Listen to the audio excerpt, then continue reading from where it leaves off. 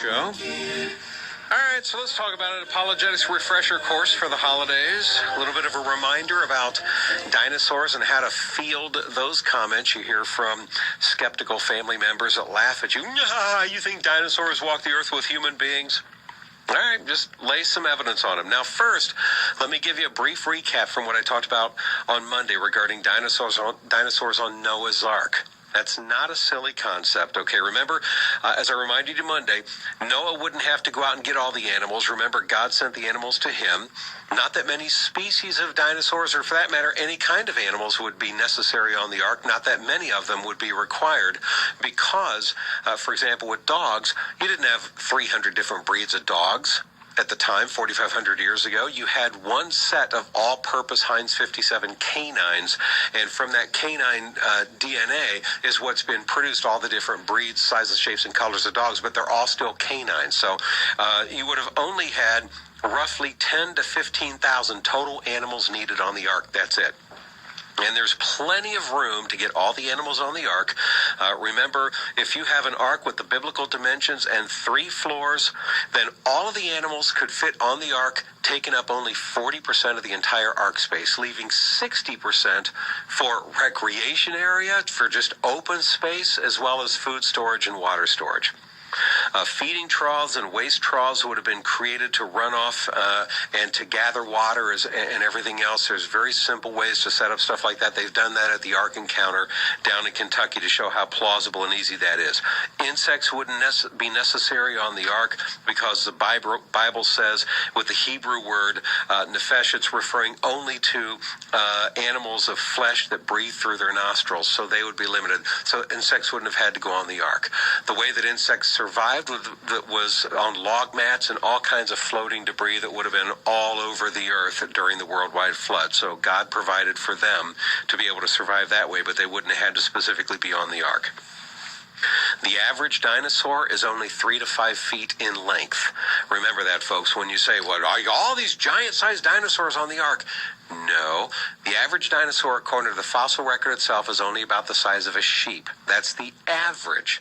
That doesn't mean that they're all that size. There are a few of them that grew to really big sizes, like Brachiosaur and Tyrannosaur and others. But they were the minority. Not that many grew that big. So for the overwhelming majority of dinosaurs, there'd be no problem fitting them on the ark.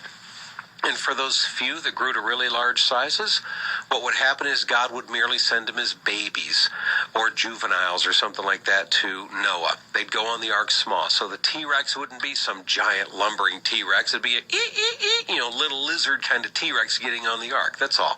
It wouldn't be that tough. And even if someone of your skeptical friends says to you, "Well, yeah, but that T-Rex is going to grow up into a full-grown T-Rex in just a few months." Nope. Not so. Even the evolutionists say that T-Rexes and most of the dinosaurs took anywhere from 10 to 20 years to grow full size, that they were very slow in growing. Even evolutionary scientists have acknowledged that now, which means they would have stayed young and stayed small for the entire year that Noah and his family were on the ark. So it's just not really that hard to plausibly understand the feasibility of animals on Noah's Ark. It's not a crazy story, folks. It's not. But for all this to be true, that means dinosaurs would have had to have walked the earth with human beings in the last few thousand years. And I say that they have. There's all kinds of evidence for this. All right. I have given you the evidence, and I'm going to focus on one of the particular areas of evidence coming up in just a minute. But first, let me give you an overview of some of the other evidences. All right. First of all, you have T-Rex bones as well as other dinosaur bones that have been broken open, and you can see that there is soft tissue still inside.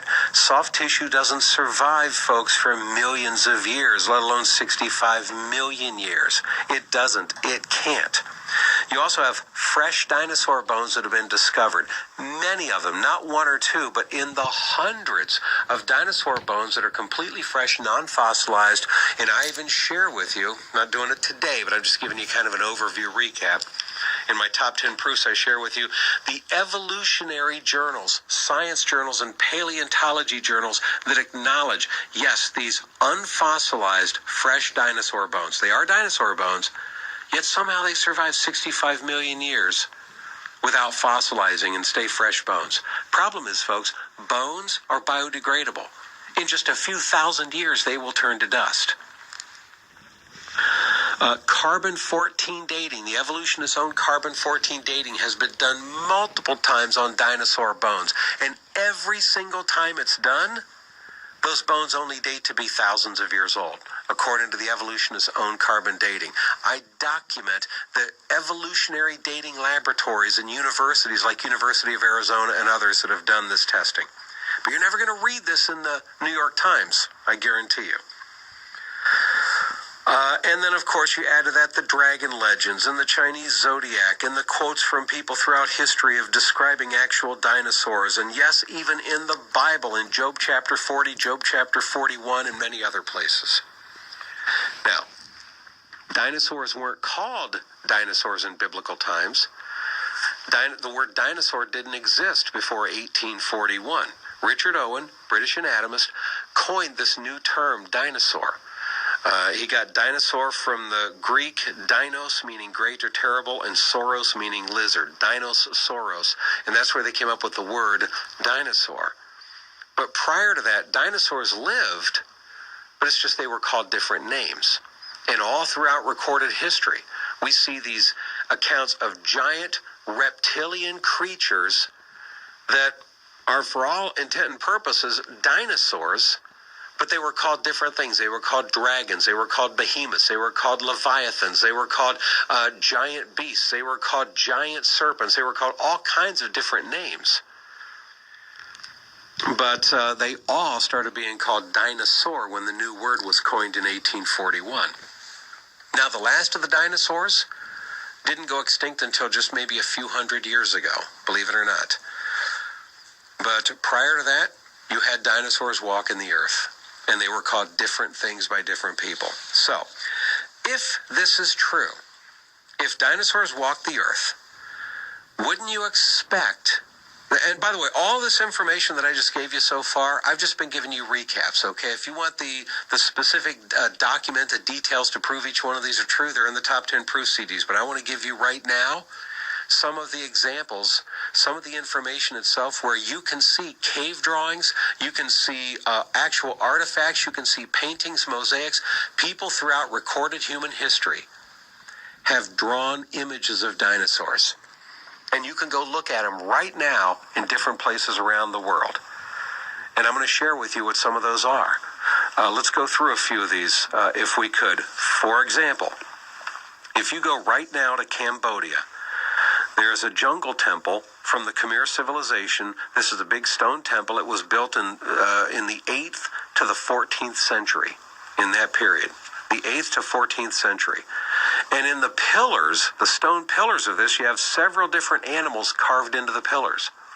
One of the animals carved into the pillar is a stegosaurus. Stegosaurus. It's a tourist attraction. People go there and look at it. The question becomes, how did they know 1,000 years ago, how did they know what a stegosaurus looked like? Now, this example that I just gave you, I'm going to give you many, many more examples of this in other places around the world, and I'm going to do that next, a couple minutes from now, here on The Bob Duco Show.